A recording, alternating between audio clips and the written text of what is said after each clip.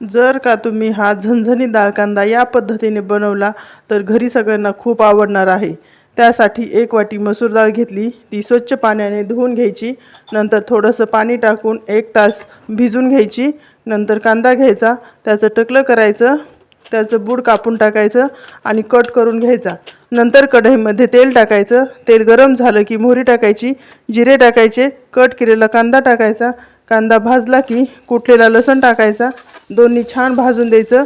नंतर मसाल्यामध्ये हळद, लाल चटणी पावडर, गरम मसाला टाकायचा, तो छान भाजून द्यायचा। नंतर भिजलेली डाळ टाकायची, ती छान 5 मिनिट परतून द्यायची।